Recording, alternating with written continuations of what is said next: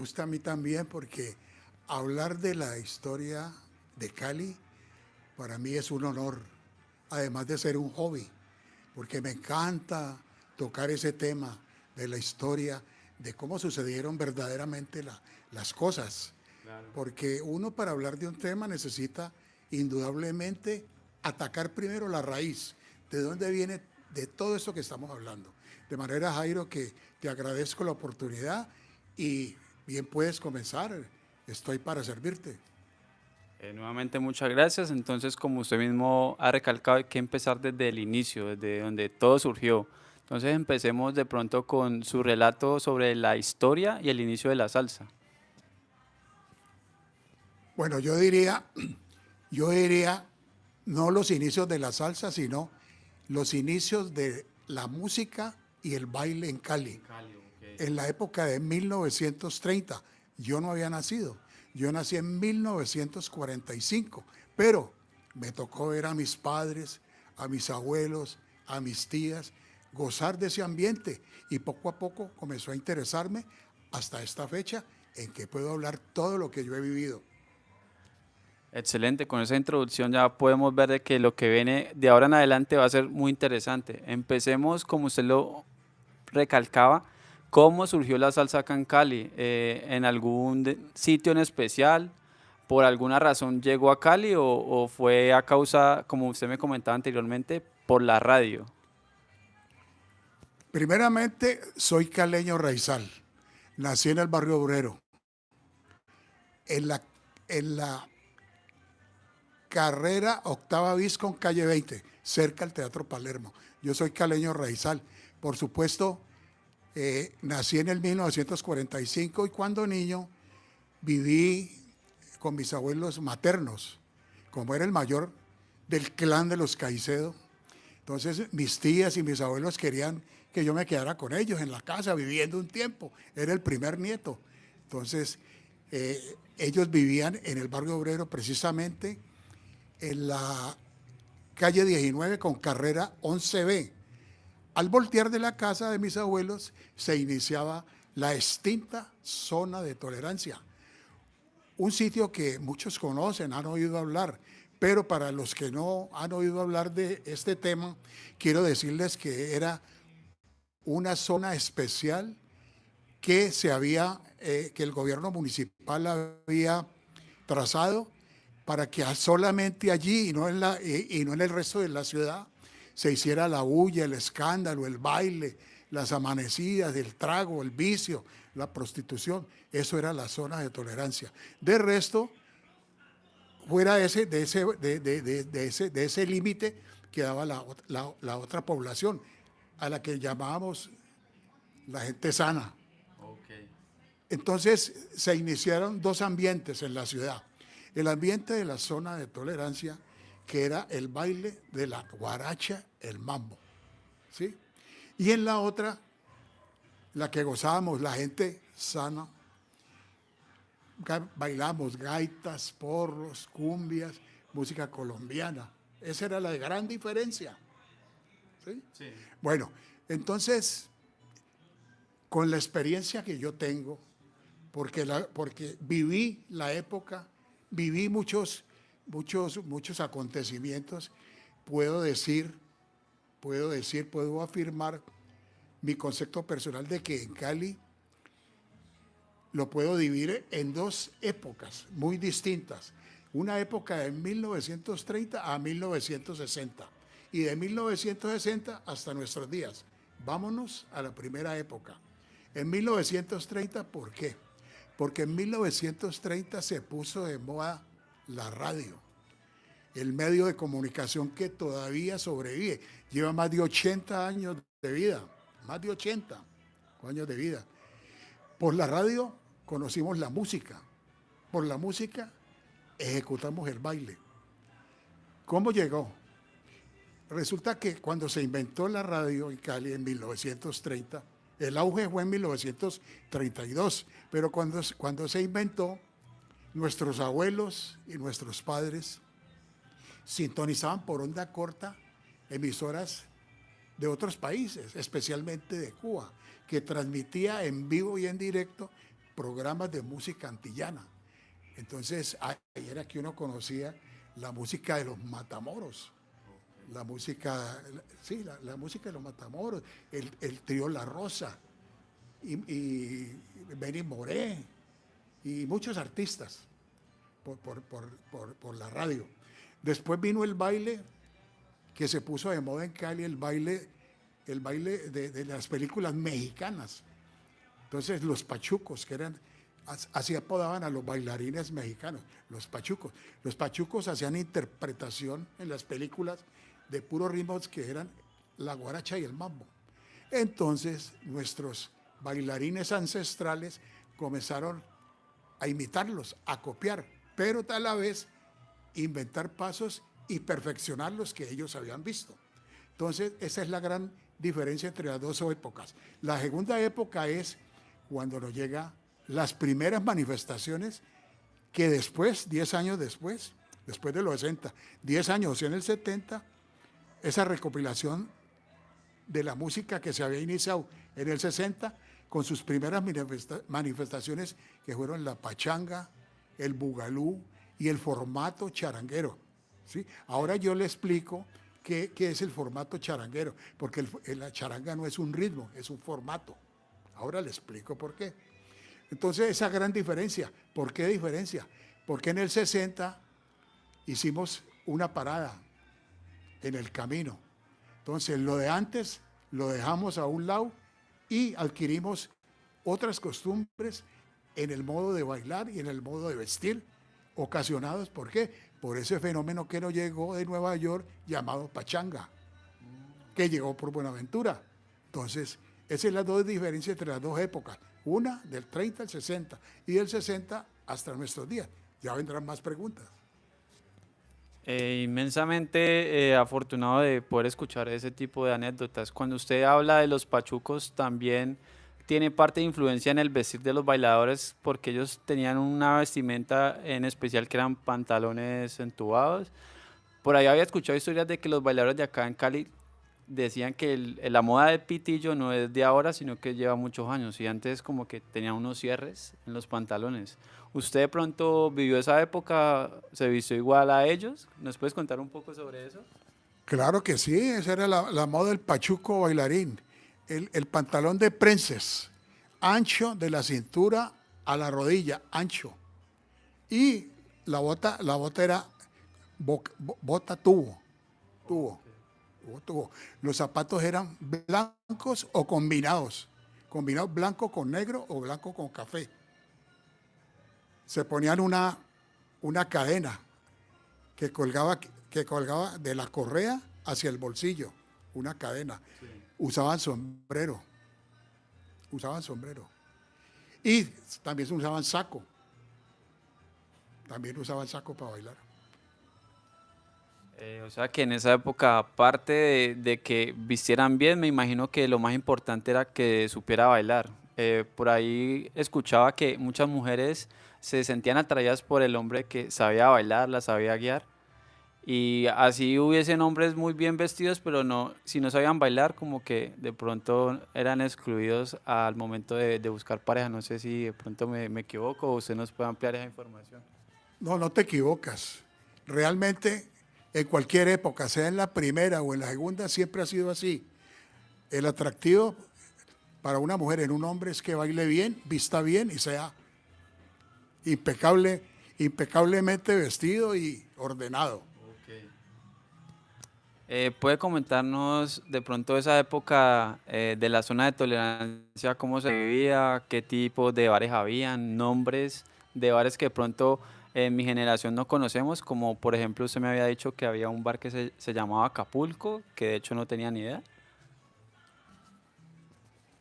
Bueno, eran muchos, pero muchos establecimientos. En ese tiempo no se llamaban bares. Okay. Se llamaban bailaderos.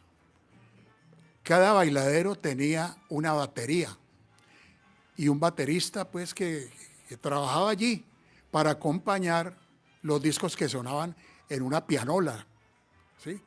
O rocola es el otro nombre que se le da.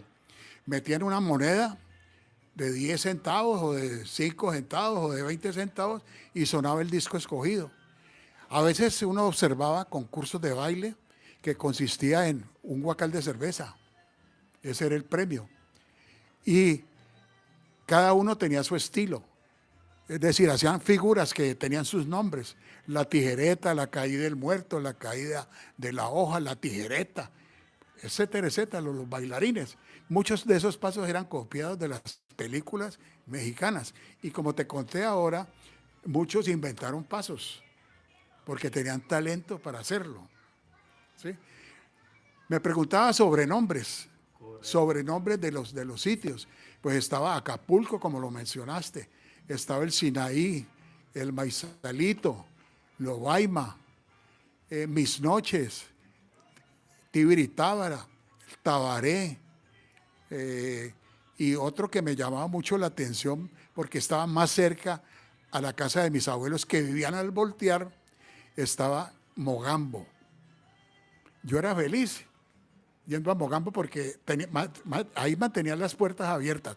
Cuando llegaba la policía en la radiopatrulla, que nosotros decíamos, llegó la chota, entonces todos los menores de edad que habían por ahí, a correr, porque lo detenían a uno y lo llevaban a dormir al calabozo, pero en los permanentes. El permanente más cercano a la zona de tolerancia era el permanente central, que quedaba donde queda hoy en día el Palacio de Justicia. Por ahí quedó el permanente central y me acuerdo que el inspector era de apellido inspector Mesa. ¿Sí? Era el mismo de siempre. No, en esa época. Okay. Tiene que haber muerto porque era viejo y yo era niño. No lo rotaban, sino que él siempre estaba Sí, vivo. exactamente.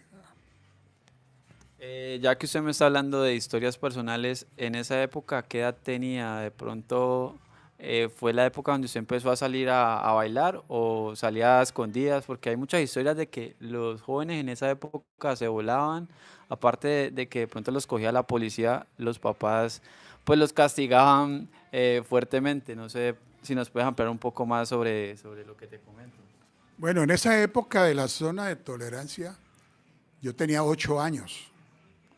Yo era simplemente un veedor, yo iba a ver bailar, a ver los primeros bailarines, la primera generación de bailarines que exponían sus pasos y al son de la batería. Y conocí también mujeres que iban a bailar especialmente. Y como te digo, era niño, yo no podía entrar, era prohibida la entrada de menores de edad a esos sitios, por supuesto, estaba prohibido, porque inclusive la mayoría de edad era los 21 en esa época. Uno de 21 años era un menor de edad, ahora no, ahora es desde los 18. De pronto tengo un poco de confusión o de pronto preguntándole lo siguiente, puedo aclarar lo siguiente. ¿Los abuelulos en esa época ya habían empezado o estamos hablando mucho antes? Estamos hablando un tema cronológico. Venimos de la raíz hacia lo que vamos, hacia la salsa. Okay. Tú estabas hablando de un tema de una época que fue después del 60 para acá. A ver, ubiquémonos. De 1960 hacia atrás podemos hablar de la música antillana, guaracha, bolero, ¿sí? Sí, que se bailaba en la zona de tolerancia. Y en la otra parte de la ciudad donde estábamos, la gente sana, sí, entre comillas, se bailaba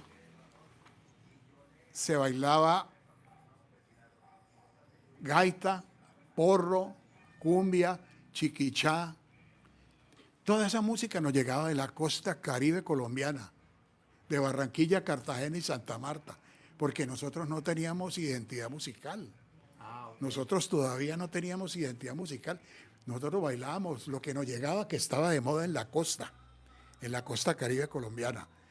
Ya después, en el 60, cuando llega la pachanga de Nueva York, ahí, como te dije anteriormente, cambiamos de costumbre en el bailar y en el vestir. Ahí surge las agüelulos del 60. Le llamaban agüelulos porque cayó como anillo al dedo. En esa época, como la mayoría de edad era los 21, sí, y uno de los 15 a los 21, uno está que se goza. Entonces la gente decía, hombre, ¿dónde voy yo a bailar? Con la novia, por ejemplo. Entonces se inventaron, se inventaron los abuelulos, o sea, bailes en casas de familia con una discoteca ambulante alquilada. ¿Cómo es eso? La primera persona que tuvo un equipo de sonido para alquilarlo a domicilio, como alquilar una lavadora hoy en día, Sí. que la llevan a tu casa, la alquilan por hora y después vienen por la lavadora y se la llevan. Así mismo surgió el abuelulo. Luis Carlos Duque, que le decían en esa época, porque claro que él vive todavía, está anciano, él ha venido aquí a la casa. El Ganso, Luis Carlos Duque, el Ganso, fue el primero que se atrevió a hacer un abuelulo. ¿Cómo fue? Accidentalmente. En cierta ocasión salió a la puerta de su casa un domingo a lavar la fachada. Sí. Y estaba en esa y de pronto abrió el garaje y entonces estrenó unos discos que había comprado en Buenaventura, de los que estaban llegando, que estaban de moda, pachangas. Y los vecinos aterrados, uy, oigan eso que está sonando donde Luis Carlos, donde Ganso. Entonces fueron a preguntarle, ve, ¿y eso que está sonando qué? No, hermano, en mi taxi fui personalmente a Buenaventura y los compré. Eso está llegando así. No, hermano, y después comenzaron a llegar con cerveza para celebrar y oír música un domingo los vecinos. Entonces vino la propuesta, hagamos un baile a ver cómo va. Entonces comenzaron los vecinos a hacer bailes con el equipo de él, lo alquilaba. Desde de 2 de la tarde a 8:30 o 9 de la noche. Entonces hizo la primera, entonces los vecinos comenzaron a regar la noticia en Cali, en los barrios vecinos. Entonces ya venían los muchachos de 15 a 21 que no podían entrar a los establecimientos públicos porque eran prohibidos. Comenzaron a llegar y entonces ahí comenzaron pues a llenarse ese abuelulo. Entonces hubo personas que les nació la idea de imitarlo, compraron equipos de sonido y ya se regó en Cali la moda de los equipos ambulantes para alquilar y hacer abuelulo en casas de familia. Esa historia es nueva para mí. Yo no sabía nada sobre el inicio de los abuelulos, pero lo que usted dice que cayó como anillo al dedo, pues quiere decir que conectó directamente con el tema que usted decía que era prohibido que los niños estuvieran en esos establecimientos. Los abuelulos fue como una manera de que los niños pudiesen entrar a las fiestas jóvenes y los jóvenes porque no se consumía licor. De pronto, de los 1930 a 1960 pasó algo diferente a lo que usted nos haya contado o simplemente ya llegó la época de los abuelulos. No, pues que de 1930 a 1960, en los dos ambientes diferentes, te comenté que habían dos ambientes. Sí. Uno que gozaban con el mambo y la guaracha y los ritmos antillanos en la zona de tolerancia. Y el otro en las casas de familia con la cumbia, el porro, la gaita, el chiquichá, todas esas cuestiones que nos llegaban de la costa caribe. En la ciudad de 1930 a 1960, cuando llegan las primeras manifestaciones de lo que 10 años después se llamaría salsa, después del 60, o sea, en el 70, llegan esos discos de pachanga, entonces cambiamos esas costumbres que teníamos del 60 para atrás y adoptamos unas nuevas costumbres en el bailar y en el vestir. Entonces nace otro nuevo ambiente, el ambiente pachanguero, que es el que nosotros llamamos vieja guardia. Ok, o sea, aquí ya es donde empieza la historia, donde vienen grandes orquestas como la Fania, el narcotráfico. En 1930 no se conocían como bailadores ni como encuentro de competencias de baile. ¿Eso fue a partir de 1960? Sí, de 1930 a 1970 todos éramos bailadores. Porque ya bailarín es el que se especializa, el bailador que se especializa y vive a veces de eso para sus presentaciones, como las escuelas de baile. Ellos van a una escuela de baile con el objetivo de graduarse, es decir, adquirir experiencia y poder presentarse en público. Ese es el bailarín. Pero de resto somos bailadores. Ok, ya empecemos de pronto con nombres específicos. Jimmy Bugalú, el otro que usted me comentaba, 20 millas. Félix 20 millas. Usted me decía que ellos a veces bailaban por una canasta de cervezas. De pronto esa fue una de las razones por las que muchos dicen que Hoy en día los bailadores no tienen recursos para sobrevivir porque en esa época no pensaban en su vejez. No sé qué piense sobre eso. No, lo que pasa es que sucedió algo, algo muy especial. Sí. Aquí en Cali habían dos periodistas, desde en la década del 60, dos periodistas. José, José Vicente, el gallego blanco, le decían, era español, Sí. pero radicado en la ciudad de Cali. Y Pardollada, que era cubano. ¿Lo ha oído Sí, la mencionar? orquesta Paraguayana, sí. Ellos dos oyeron, se entusiasmaron mucho porque en la ciudad se comentaba mucho del baile pachanguero y que sonaba en toda la ciudad y que donde iban hablaban de la pachanga y ellos querían saber por qué había tanto movimiento en los griles de ese movimiento pachanguero. Entonces se entusiasmaron tanto que comenzaron a hacer entrevistas por la radio a los bailadores de los griles. Ok. Entonces se les ocurrió, porque Pardollada era muy creativo, se inventó un concurso mundial de salsa, porque ya en el 70 ya se llamó salsa. ¿Qué fue salsa? Salsa era un sello comercial que cobijaba todo ese trabajo que se había hecho del 60 hacia atrás, mambo, guaracha, tillana, y lo juntó con la pachanga, la charanga, el bugalú, todo eso, lo llamaron salsa. 10 años después del 70, 10 años después. Entonces comenzó a hacer, hizo un campeonato mundial. Entonces, cuando hicieron ese, después de que se hizo ese campeonato mundial, esos bailarines quedaron en la retina de la gente pudiente, de la élite caleña. Entonces ya los invitaban a los grandes hoteles, al Intercontinental, a hacer exhibiciones de baile, patrocinados por Pardollada, los llevaban. Entonces ya comenzaron a cobrar. Ah, ok. Ahí nace el bailarín, Bailarín. que cobra por sus presentaciones, porque antes era pura vitrina, mostrarse ante las cámaras y hablar y nada más. Pero Pardollada le dio caché a la salsa, porque ya los bailadores pasaron a ser bailarines y el bailarín aprendía, vestía de otra manera, ¿sí? Llamativa, para atraer la atención del público. Entonces cobraba por sus presentaciones. Excelente eso que nos comentas. De hecho, yo en lo poco que de pronto sé sobre esa época, conozco algunos referentes como el Guatusi, Amparo Arrebato, Jimmy Bugalú. Tengo entendido que Jimmy Bugalú fue el creador del cabaret de la salsa, el ballet de la salsa. ¿Podrías hablar, Fue uno de los integrantes. nos podrías hablar un poco más sobre eso? Porque ahí es donde empezaron a dar espectáculos entre bailarines, me imagino.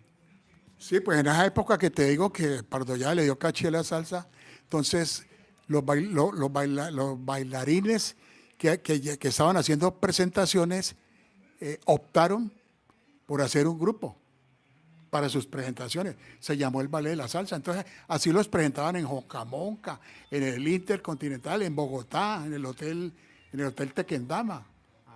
¿Sí?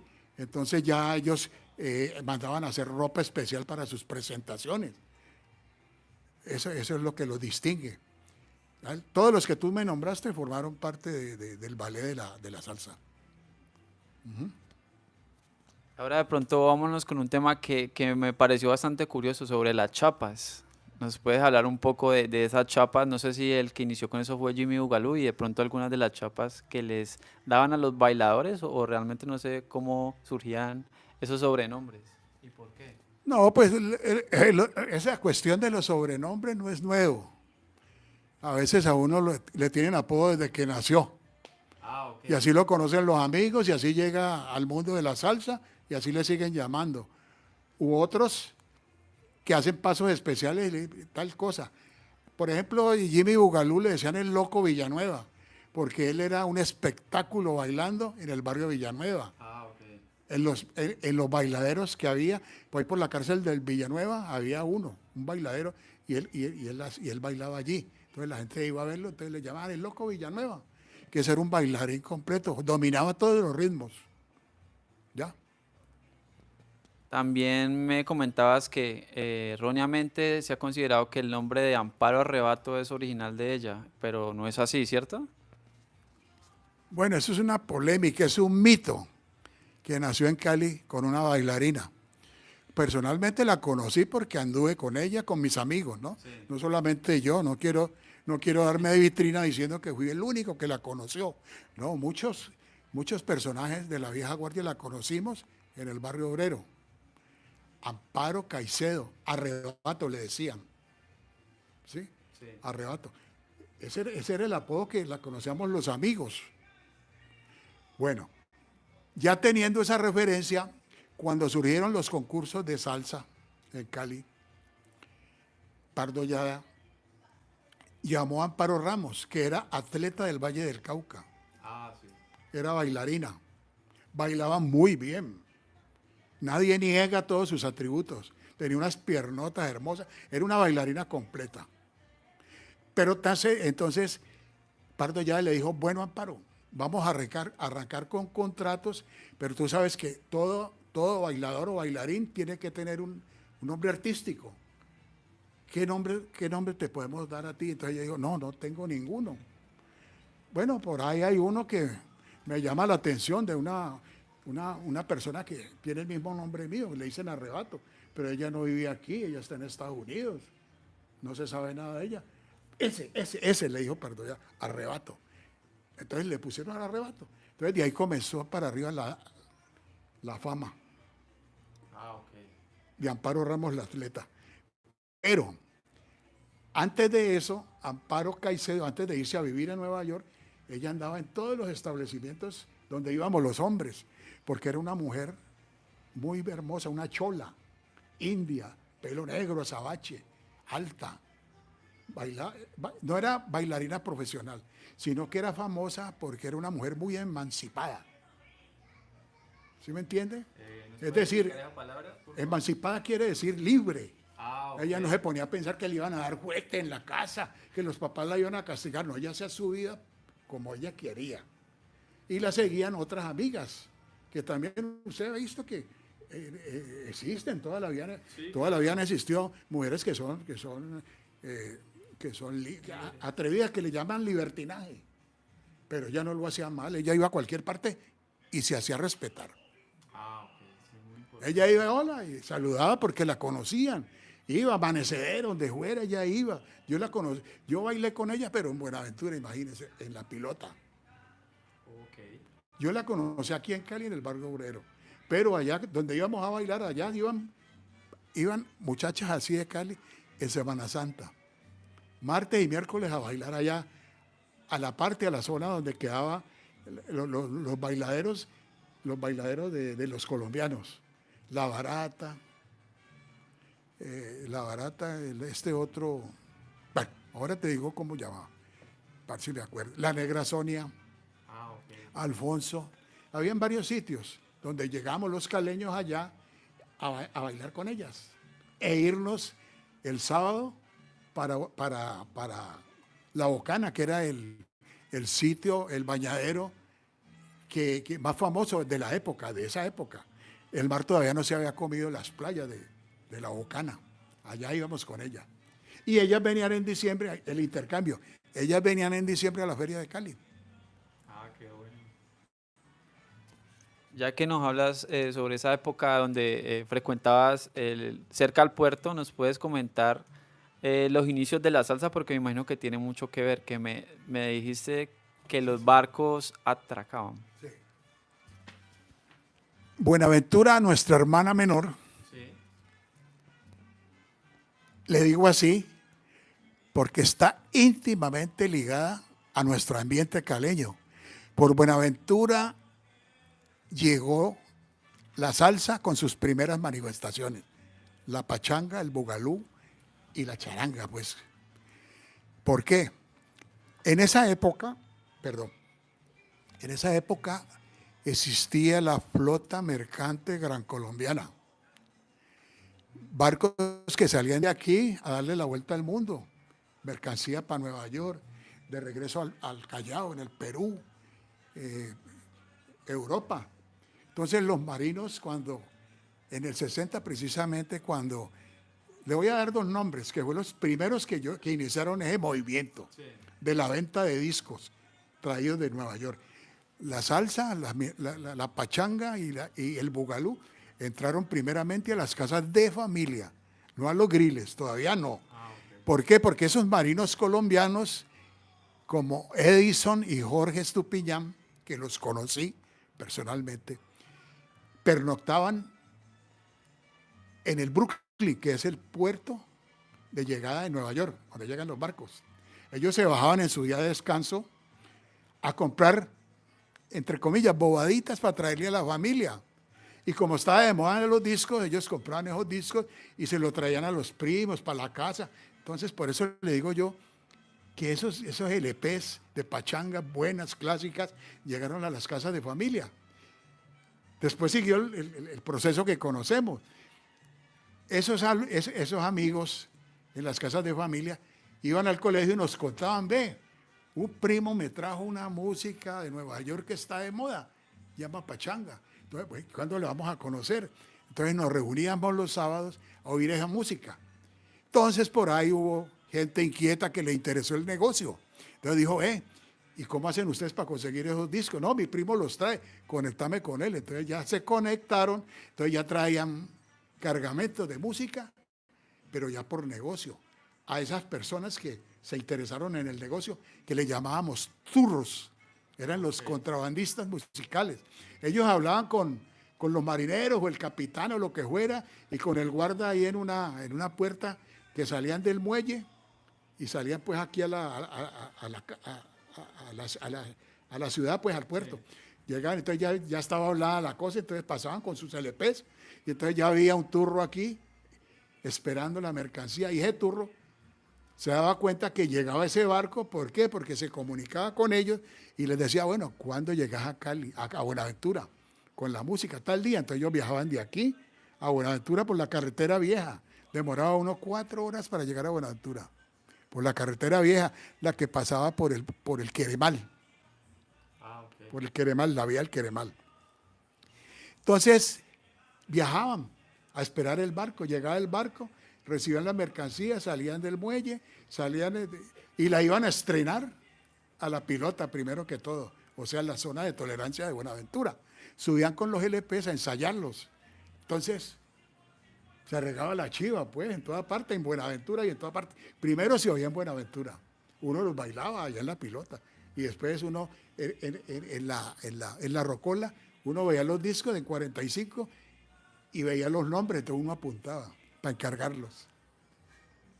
Entonces así fue como se regó ese movimiento pachanguero. Primero llegó a las casas de familia y esos amigos que eran primos de los marineros nos contaban a nosotros organizábamos reuniones, oíamos eso, después vienen la gente que se especializó como contrabandista, como turro, y ese turro le traía música ya a los griles que nacieron en esa época, del 60 para acá.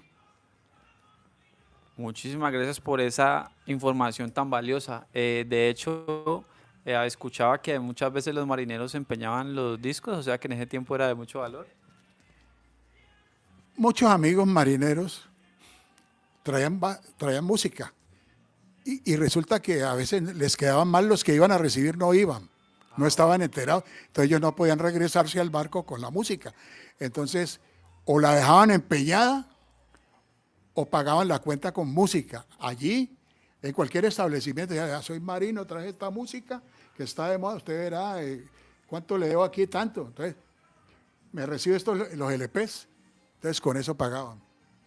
Esas historias están supremamente interesantes. Ahora de pronto, hablando sobre la música, ¿ahí viene la época de los discómanos o todavía falta mucha historia por contar para que llegue esa época? No, evidentemente. Surgen almacenes de música, por ejemplo, el más conocido, el de Lisímaco Paz, en el centro de Cali, por el Teatro Colón. Él se especializó en esa música. Le decíamos la música del otro lado, que eran los LPs traídos de Nueva York. Allí llegaban los dueños de griles. Cuando no tenían un turno que les trajera, iban al almacén de Lisímaco a comprar la música allí. ¿Sí? Ese era uno de los contactos. Y también la radio, Radio El Sol, con Edgar Hernán Arce. Hernán Arce. El que trajo la orquesta. Exactamente. Él inició un programa que se llamaba Salsa, Ritmo y Sabor en Radio El Sol, a las 7 de la noche todos los días. ¿Cómo es que se dice? Patrocina Almacén Paz, hermanos. Ahora otra pregunta. Según lo que tengo entendido, los abuelulos después pasaron a establecimientos porque me comentaban de que los jóvenes iban a sitios donde había un discómano que aceleraba los discos, pero allá no se consumía tampoco licor, solamente agua, creo. Bueno, usted acaba de mencionar un fenómeno muy importante que surgió en esa época. Alguien, no está precisado quién fue, alguien. Alguien se le ocurrió, una inquietud que tuvo es que las abuelulos las amenizaba una discoteca ambulante, ¿cierto? Sí. Ya le conté. Esas discotecas pues tenían un cajón con rodachines y ahí estaban guardados los discos que llevaban, los montaban en una carretilla, una moto, una motoneta y ahí llevaban toda la discoteca, los baffles que colgaban en las esquinas, la discoteca la llevaban a la casa donde iba a ser el abuelulo. Ok, o sea, era un equipo propio de la casa. Sí. Entonces el discómano llegaban temprano, a la 1:30 porque el abuelulo comenzaba a las 2. Entonces el discómano, porque así se llamaban, sí, comenzaba a ensayar los discos, a ver cuál estaba bueno para ponerlo en la fiesta que se avecinaba. sí. Entonces puso un bugalú que había llegado de Nueva York y estaba como muy lento. Y se le ocurrió acelerarlo, porque al tocadisco se podía arreglar, entre comillas, pues hacerle un trabajo ahí pirata que consistía en correr una palanquita para que aumentara las revoluciones. Ah, ok. Entonces de 33 se corría a 45. Entonces ese bugalú que era lento, era un ritmo, el ritmo original, el bugalú era lentísimo, no gustaba. ¿Ya? Sí. Entonces acelerando, entonces invitaba más al baile. Entonces así fue como en una discoteca aceleraron y lo ponían y se llenaba la pista. Entonces ya las otras discotecas ambulantes, ¿cómo hiciste? No, pues tal cosa. Entonces mandaban a arreglar el tocadisco, el picot que llamaban. Lo mandaban a arreglar, hacerle el arreglo de la palanquita para acelerar los discos. Entonces ya el bugalú lo ponían más rápido, entre 45 revoluciones. Entonces así comenzó a gustar. En Cali gustó el bugalú porque se aceleró, o si no, había muerto. Ok. O sea que eso de lo que usted me habla solamente surge acá en Cali o de pronto se vio en otros países o de pronto no tiene conocimiento sobre eso. No, yo le hablo de Cali. Ah, ok. Y la persona que iba a un baile veía cómo se hacía aquí, iba a Nueva York y lo hacía también. Es un fenómeno que se copia. Yo estoy en un baile en Cali en esa época y veo cómo lo acelera y me voy a vivir a Nueva York y tengo bugalú en Nueva York y entonces lo puedo acelerar como hacían aquí en Cali. Entonces se regó. Hablando de pronto de orquestas de por fuera, creo que a Amparo Rebato le crearon un disco. Estábamos hablando anteriormente sobre dos bailarinas. Sí. Una que era una muchacha que se distinguía por ser muy popular y era una muchacha muy independiente, ¿no?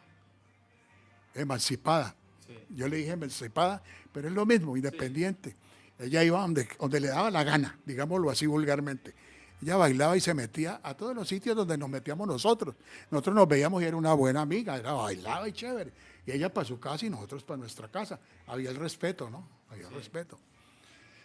Entonces, en esa época, muchas mujeres, amas de casa inclusive, se metieron a la moda de traer ropa de San Andrés o de Panamá para ayudar con los ingresos en la casa. Sí. ¿Usted no le han contado ninguna anécdota? Vecinas que vivían en la esquina de la casa de uno y ¡ay, ya llegó doña fulana que trajo ropa de San Andrés! Entonces los vecinos iban y sacaban fiado. a crédito, pues. Crédito, sí. Entonces uno, por ejemplo, iba y le traían blue jeans Lee americanos. Entonces uno dejaba unos blue jeans o un bus, una camisa o unos zapatos de San Andrés. Entonces ellas ganaban algo. En esa época se puso de moda, entonces ella andaba en todas esas cosas. Entonces también le gustaba mucho ir a los casinos en Panamá, que fue donde se conoció con Ricardo Rey. Esa negra sandunguera tiene fama en Colombia y en Panamá. Ah, ok. Así dice el disco. Toda la razón. Es con pruebas que yo le hablo. Es con pruebas. Y hay otro disco que dice que Amparo, la cucaracha, no puede caminar. ¿Se acuerda? Ah, sí, es el que ya Es otro Amparo que andaba con ella, Amparo Tavera, que le decían la cucaracha porque era compañera sentimental de Adán Martínez Cucaracho. Ah, ok. Ya, pues, Esas son las chapas. Sí. Y como las nombran en el disco, a ella fue que les dedicaron el disco, no a la otra. No a Amparo Ramos. Sí, Que yo no estoy negando de que era buena bailarina, no, que la chapa, el disco se lo dedicaron fue a Amparo Caicedo. La verdadera y original Arrebato. Usted ahí tocó temas muy interesantes. De hecho, por ahí investigué que las minifaldas surgieron a causa de lo que usted me decía, de que de pronto veían a las bailadoras en minifalda y empezaron a usarlas. O no es así. Bueno, pues yo verdaderamente la fama de la minifalda la conocimos y me pareció espectacular. Pero la conocí fue como moda. Ah, ok. Porque nosotros, lo que llegaba, aquí somos muy copiadores. Aquí lo que está de moda en Estados Unidos llega acá y se pone de moda. ¿Ya? Sí. Entonces, eso de la minifalda era muy espectacular. Las muchachas que iban a bailar por las tardes dominicalmente a las abuelulos, llevaban sus botas a la rodilla, con minifaldas, su blusita bien despampanante, y a brincar porque no ponían asientos en las abuelulos. Todo el mundo era parado, todo el mundo iba a bailar y a sudar. Y en cuestión de tomar, ¿cómo hacían? Daban chicha, daban un fresco cualquiera, pero licor no. Yo hice unas abuelulos en mi casa, pero llevaban caneca. Pero la caneca era controlada, con una ficha. Eran 2 fichas con el mismo número. El número 5, por ejemplo, se lo echaba usted al bolsillo. Usted era dueño de la caneca número 5. La caneca número 5 iba al fondo de la casa, en una piecita, controlada por un muchacho que yo ponía a controlar las canecas allí, que no estuvieran al alcance de la gente que se arrimaba a tomar. Usted decía, sacaba su ficha número 5, decía, dame 3 tragos aquí para los 3 amigos de allá de la número 5, muéstreme la ficha. Sacaba el 5, entonces le iba a la caneca 5 y servía y volviese a guardar. Gracias, se iba a bailar.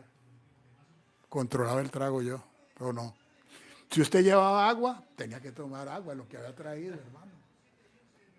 Claro.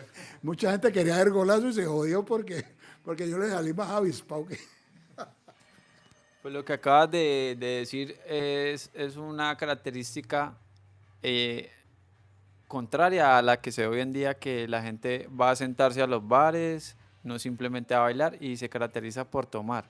O sea, en esa época la gente era a bailar, por decirlo así. No, también la gente que va a tomar solamente porque no sabe bailar, o no se atreve a bailar, o está en Guayabao y quiere tomar y quiere bailar.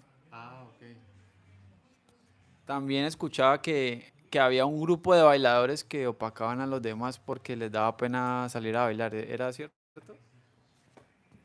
No, lo que pasa es que los primeros grupos de bailadores de la pachanga clásica iban al Séptimo Cielo y a Costeñita en la carrera 8ª, por donde quedaba Bavaria, porque ya eso ya es zona residencial. Sí. Allá pues veía usted las modas más hermosas en las mujeres, y los hombres también estrenábamos cada 8 días para ir a bailar. Entonces, lo que me preguntaste. O sea, hoy en día la gente va a los bares a ver bailar, pero sentados. En la época de antes iban simplemente a bailar. Ah, no, que si un grupo opacaba al otro. Exacto. Entonces, como esa gente cada 8 días bailaba pachanga y nos reuníamos en las casas de familia a practicar la pachanga, Entonces ese grupo sobresalía. Entonces la gente que no estaba entrenada para eso, pues se abstenía. Y, uy, yo no voy a bailar para que me vuelvan, pues, ¿sí me entiendes? Sí. Pero era porque la gente decidía no salir a bailar para no quedar mal, porque los que estaban bailando lo hacían demasiado bien. Sigamos con el tema de bailadores. Por lo menos también veía en videos que ellos se inventaban pasos, pero le colocaban nombre. Por ejemplo, vi uno que decía el fútbol, el billar. ¿Eso cómo surgía? ¿Eso era empíricamente que inventaban los pasos o como usted lo decía anteriormente por las películas? Pero me estás preguntando sobre la época anterior a los 60. No, Los ba- lo de espectáculo, que hacían sus propios pasos. bueno, hablemos. En ambas épocas ha habido gente que inventa sus pasos. Exacto. Eso le llamamos nosotros estilo. Cada bailarín tiene su estilo personal. Hay unos que hacen un paso y otros no los pueden hacer. Esa es la diferencia. Yo en la casa me hago un paso y hago que meto el billar, entonces le llamo el paso del billar. Y voy a un bailadero y lo muestro y la gente se queda aterrada porque no lo ha practicado, porque lo invento yo. Con eso quiero aclararte lo que eran los estilos. Cada bailarín o bailador tenía su estilo. Ya como pregunta personal, para usted, ¿cuál era el mejor bailador de la época? ¿De cuál época? ¿De la primera? Le voy a dar de las primeras. Para mí, Carlos Valencia de la primera época. Carlos Valencia, también estaba el Chato, ya murió el Chato. Estaba, eh, bueno, no recuerdo más. Ahora que me acuerdo te lo digo.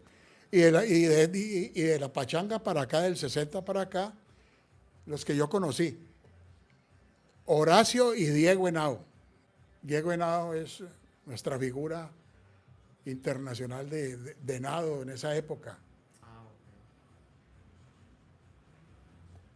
Dos hermanos.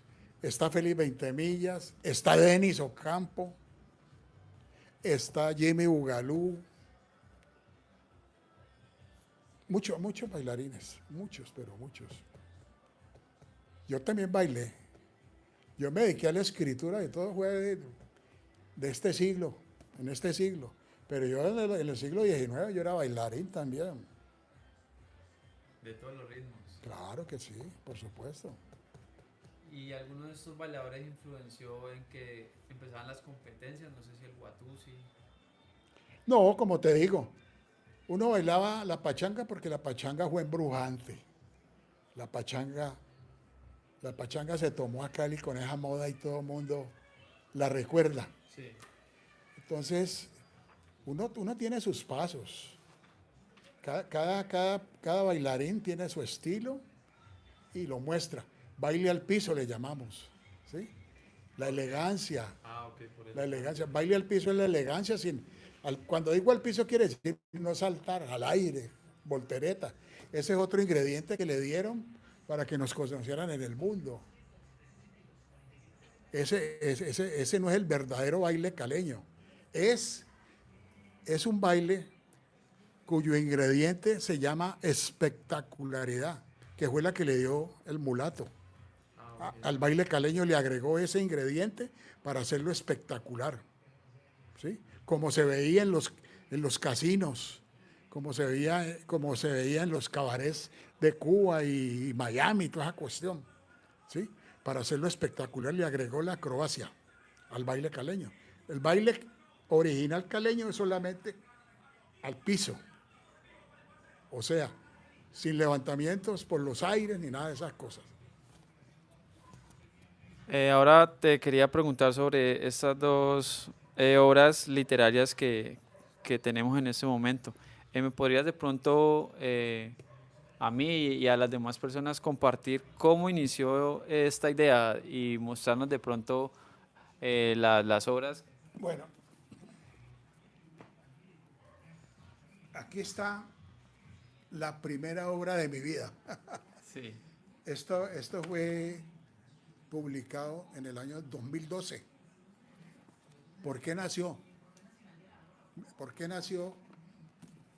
ese hobby de escribir por los amigos. Porque yo iba a una fiesta, Siga hablando, yo voy a ver algo acá. ¿Sí? Sí, siga. yo iba a alguna fiesta, alguna reunión, y siempre en los descansos o cuando iba a tomarse uno una copa al bar del sitio, uno hablaba, contaba historias de acontecimientos, de cosas que le habían sucedido a uno. Sí. Esas eran las charlas de los amigos en los descansos de las audiciones. ¿Sí? Mientras allá estaban bailando y estaban oyendo música, nosotros acá tomándonos una copa, estábamos charlando. Ve, ¿vos te acordás de tal cosa? Ve que sí, ve cómo era eso. ¿Sí me entiende? Entonces, esa era la manera de entretenerse uno. Entonces los amigos me decían a mí, uy, pero vos sí te acordás de muchas cosas. ¿Por qué no escribes un libro? Contá eso. Entonces me nació la inquietud. Y dije, pero ¿cómo hago, hermano? ¿Cómo hago?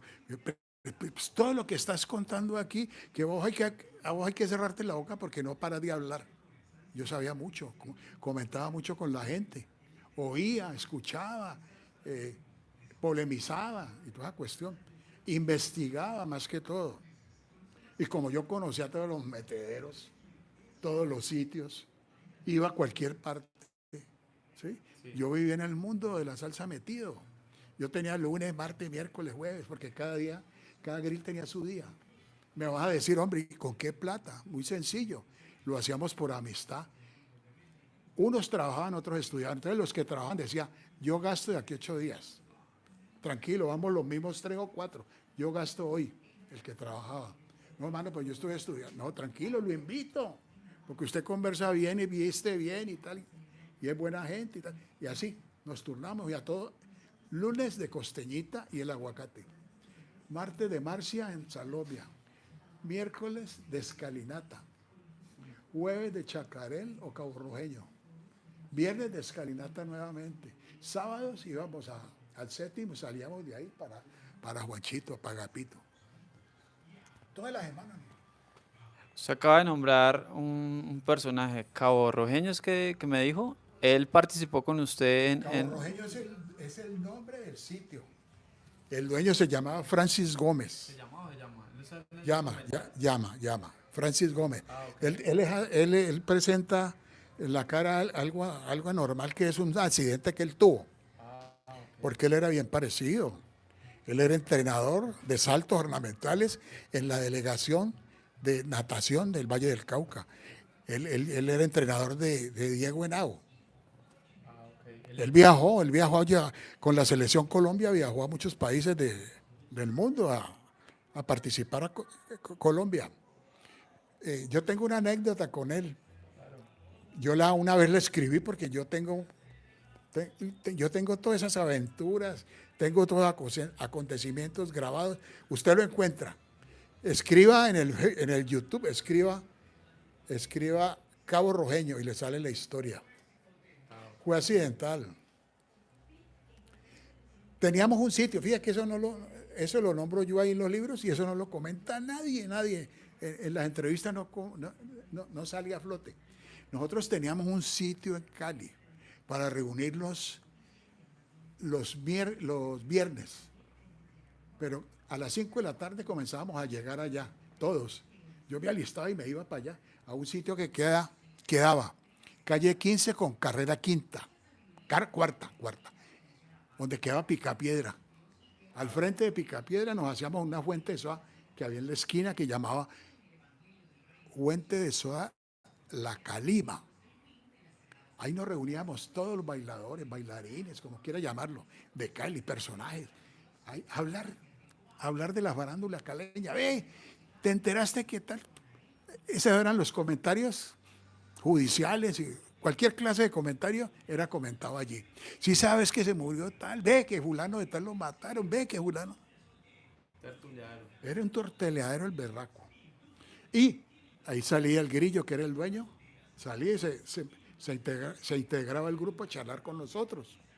No, muchachos, voy a ir para el mundial porque le gustaba mucho ir a los mundiales de fútbol. Al Grillo.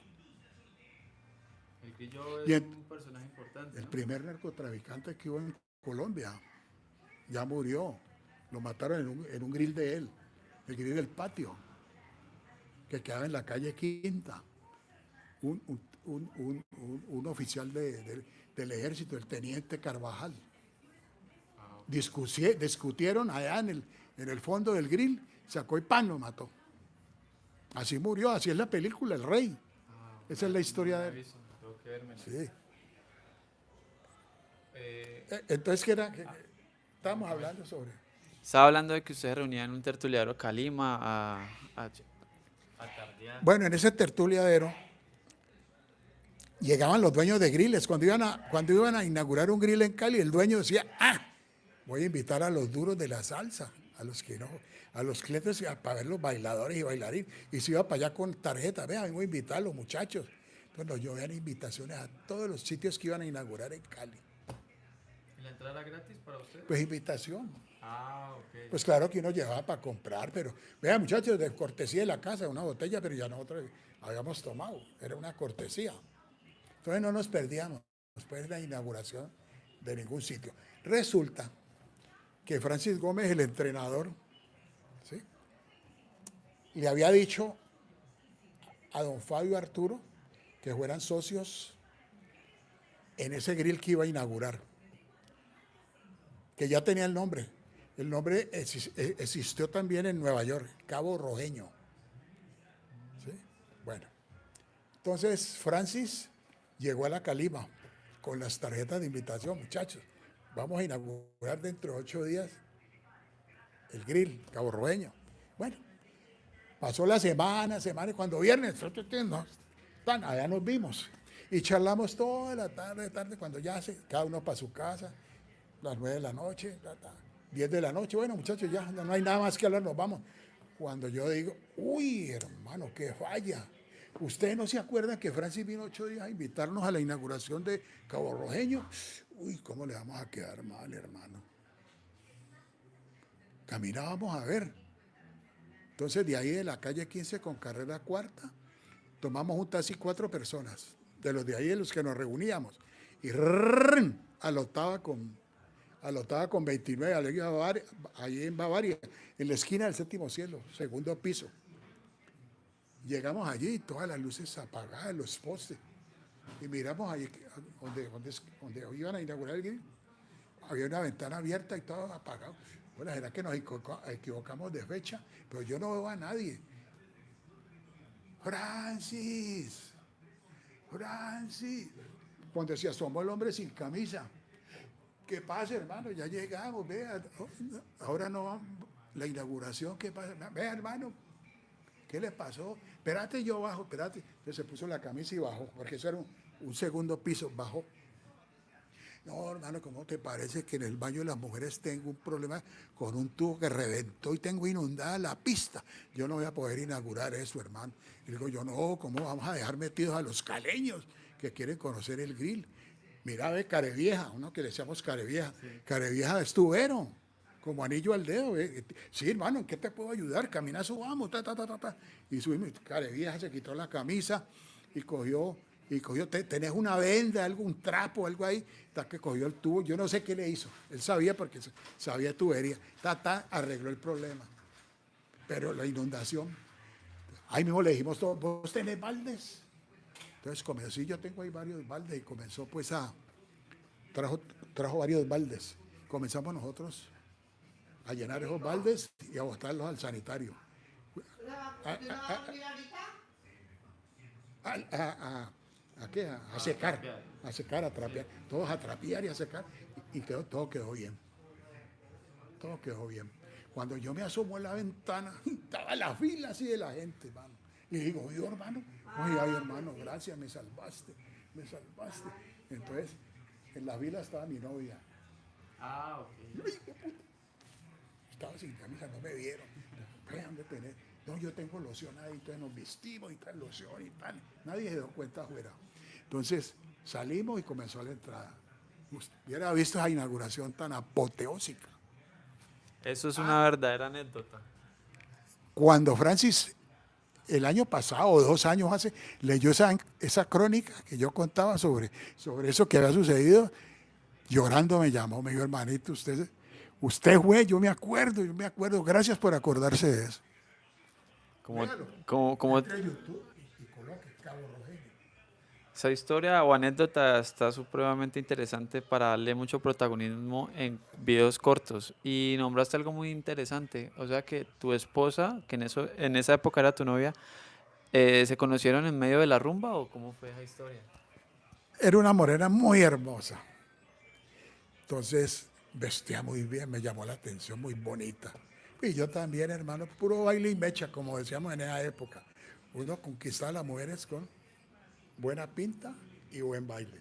Nos hicimos novios y yo al principio pues lo tomaba no en serio, no novios, para salir a bailar, porque en esa época ellas salían a bailar, pero voladas de la casa, porque no les daban permiso sino ellas decían que iban para cine o para misa, un domingo. Es que era una época muy sana, muy diferente a hoy en día. Entonces ellas salían con permiso de los padres a cualquier invento, que a visitar a una amiga y se iban allá y nos encontraban con uno, bailaba y bueno, ya me voy porque en la casa me pegan. ¿Y cómo hacían para salir bien vestidas? Pues por donde una amiga, pues iban por donde una amiga, ya salían de la casa bien arregladas. Y uno ya estaba allá, uno las esperaba allá. El portero, te buscan en la puerta y uno salía, mami, venga, ya está su asiento.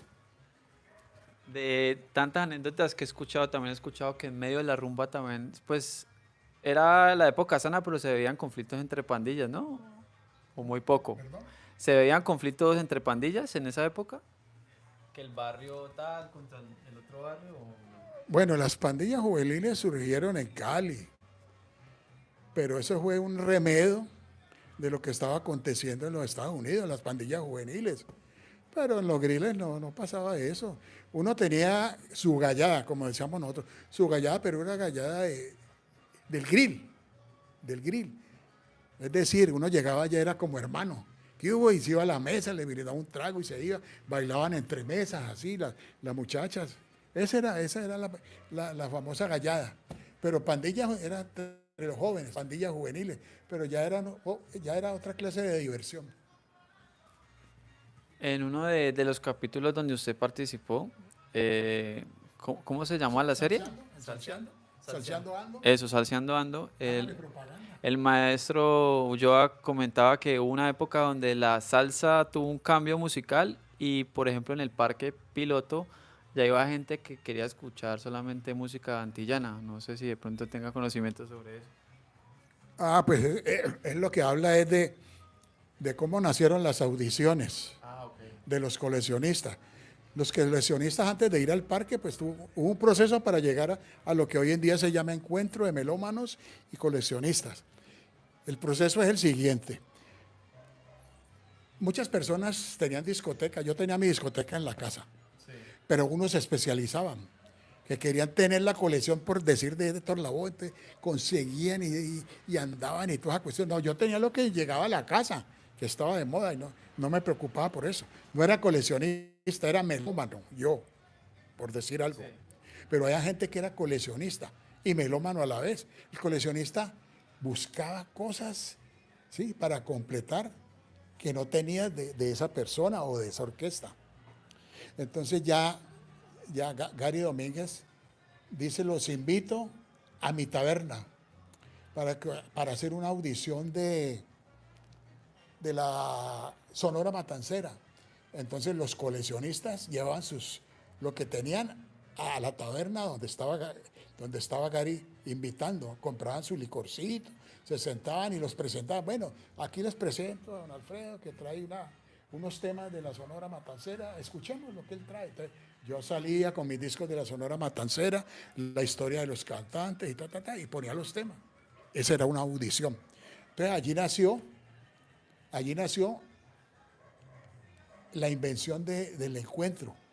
Entonces hicieron la propuesta a Corfecali de qué manera podían hacer una presentación de melómanos y coleccionistas para toda la ciudad, en público. Entonces nació la tarima para mostrar a los coleccionistas y melómanos. Entonces ya pasó pasó de ser de la taberna de una audición a una manifestación colectiva en toda la ciudad, en el encuentro de melómanos y coleccionistas, a la cual asisto todos los años. No, esa propuesta es realmente muy interesante y muchas felicidades al maestro Gary, alias el DJ Errante, ¿no? Por haber permitido el judío errante, aunque por haber pues creado ese evento. Ahora vámonos de pronto a una época que de pronto marcó el desenlace en Cali sobre la salsa, la época del narcotráfico. ¿De pronto tuvo usted que ver muchas cosas sobre eso en Cali? No, pues que aquí realmente nosotros éramos inocentes. En la década del 60, el auge todavía no estaba en su auge. El auge el auge del narcotráfico comenzó después de los 80. En el 60 no había eso. Habían vestigios. Como le digo, el primer narcotraficante, pero nosotros en el ambiente de la salsa clásica no conocimos eso. Ah, ok. No conocíamos eso. Ya entró como negocio ya después de los 80. Y la creación de centros culturales como el estadio, ¿eso fue a causa de los Juegos Olímpicos que realizaron acá en Cali? No, las instalaciones deportivas nuevas para Cali, que fue lo que le dio renombre, Exacto. fueron los Juegos Panamericanos de 1971. Tiene mucho que ver Entonces, con la salsa. claro que sí, claro que sí. ¿Con qué? Con la salsa. Y Sí, con el claro avance que de la sí. ciudad. Claro que sí, porque Cali se expandió. Nació la autopista del sur. Nacieron todas las instalaciones deportivas que se ven hoy en día. Y nació la otra mitad de Cali, el distrito de Agua Blanca, el barrio de Alfonso López en sus como 5 etapas que tiene. Usted ahorita nos hablaba de un personaje que de hecho lo acompañó usted en las entrevistas, que era locutor y fue uno de los que trajo a las orquestas acá a Cali. ¿Tengo razón? Y de pronto nos puede dar un poquito más de información amplia de cómo fue el proceso. El primer locutor famoso en la salsa de Cali fue Edgar Hernán Arce, para mí, ¿no? Que lo conocimos porque tenía un programa radial patrocinado por el almacén de discos Paz Hermanos. Edgar Hernán Arce tenía un programa que llamaba Salsa, Ritmo y Sabor. Comenzaba todos los días a las 7 de la noche, de 7 a 8, en Radio El Sol. El radiocentro Todelar, o sea, todas las emisoras de Todelar quedaban allí en el edificio donde está donde quedaba el antiguo Teatro Colombo. Hoy en día es un centro comercial. Eso lo tumbaron y hoy en día es un centro comercial. Entonces, Edgar Hernán Arce se hizo famoso por eso, por ser locutor de salsa y difundir la salsa en Cali en sus programas. Entonces, él conoció a Larry Landa, un personaje caleño que vivía en el barrio Calima. ¿Sí? Okay. Y entonces Larry se fue de la ciudad, se perdió. Cuando regresó, pues llegó hecho un magnate en la rumba y tenía el negocio de promotor artístico. Comenzó a traer, a Larry le debemos mucho eso, de que Cali se haya atrevido en esa época a traer las mejores orquestas del mundo de la salsa a Cali, a su feria, a Larry Landa. Okay. Él trajo a Héctor Lavoe y